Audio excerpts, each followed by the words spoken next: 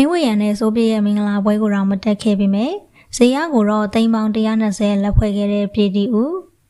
ဦးနဲ့အိန္ဒြာကျော်စင်ဆိုတာကမြန်မာအနုပညာလောကထဲမှာလူကြိုက်များနာမည်ကြီးတဲ့ဇနီးမောင်နှံ2ယောက်ဖြစ်ပါတယ်။သူတို့ရဲ့မင်္ဂလာပွဲကြီးကိုလည်းတနိုင်ငံလုံးကရုပ်သံလိုင်းတွေကနေထုတ်လွှင့်ပြသရတဲ့အထိ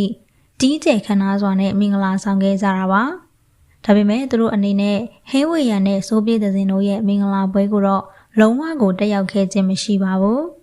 ဟင်းဝေရံနဲ့ဆိုပြတဲ့စင်ဆိုတာကလည်းအနုပညာလောကထဲမှာလူချစ်လူခင်ပေါ်များပြီးပြည်တီဦးတို့နဲ့လည်းရင်းနှီးပါတယ်။ငယ်စဉ်ဆောင်တွေရဲ့မင်္ဂလာပွဲကိုတနိုင်ငံလုံးကပရိသတ်တွေကစိတ်ဝင်စားနေကြပြီးအနုပညာရှင်များစွာကလည်းမင်္ဂလာပွဲတက်ရောက်ခဲ့ကြပေမဲ့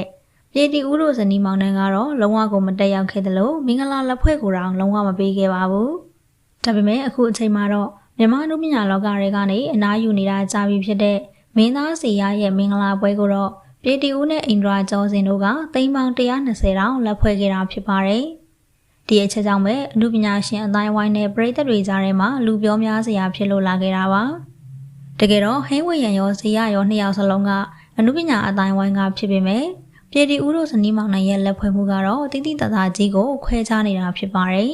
။မင်္ဂလာပွဲနှစ်ပွဲစလုံးကိုမတက်ခဲ့ပေမဲ့ဟင်းဝေရံတို့ရဲ့မင်္ဂလာပွဲကိုလည်းအနည်းငယ်လောက်တော့လက်ဖွဲ့ပေးသင့်ပါတယ်။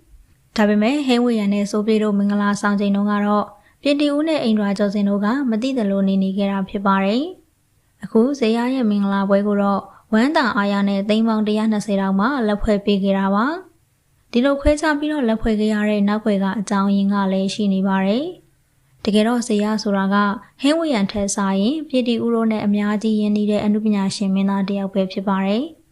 ထိတ်တန်းမင်းသမီးကြီးအိန္ဒြာကျော်စင်နဲ့လည်းရင်းနှီးခဲ့တဲ့တငယ်ချင်းကောင်းတစ်ယောက်ပါ။ပြည်တီဦးနဲ့ဆိုတာကလည်းအနုပညာအလုပ်တွေအတူတွဲလုပ်ပြီးငယ်ပေါင်းကြီးဖော်တငယ်ချင်းတွေလို့တကယ်ကိုရင်းနှီးခဲ့ကြတာပါ။ဒါကြောင့်မလို့ပြည်တီဦးနဲ့အိန္ဒြာကျော်စင်တို့က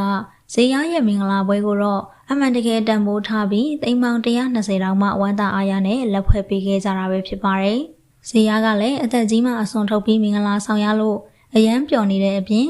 တငယ်ချင်းကောင်းတွေရဲ့အခုလိုလက်ဖွဲ့ပေးမှုကြီးကိုလည်းပို့ပြီးတော့ပျော်ရွှင်နေရတာပါ။ဇေယျရဲ့မင်္ဂလာပွဲကိုဟင်းဝေရံတို့ပွဲတော်ကမတက်ရောက်ခဲ့တဲ့တခြားအနုပညာရှင်များစွာကလည်းတက်ရောက်ဂုဏ်ပြုပေးခဲ့ကြတာကိုတွေ့ရပါတယ်။ဆိုင်ဆိုရင်လည်းသူ့တငယ်ချင်းကြီးရဲ့မင်္ဂလာပွဲမှာအယမ်းပျော်နေလွန်းသူကိုယ်တိုင်တော့မင်္ဂလာဆောင်ကျင်သွားတဲ့အထိပါပဲ။ဒါကတော့ငယ်စဉ်ဆောင်တွဲလေးရဲ့မင်္ဂလာပွဲကိုမတက်ခဲ့ကြပေမဲ့ဇေယျရဲ့မင်္ဂလာပွဲကိုတက်ရောက်ပြီးထပ်တူဝမ်းသာပြီးခဲ့ကြတဲ့မိတ်ဆွေကောင်းတွေရဲ့စိတ်သဘောထားလေးပဲဖြစ်ပါတယ်။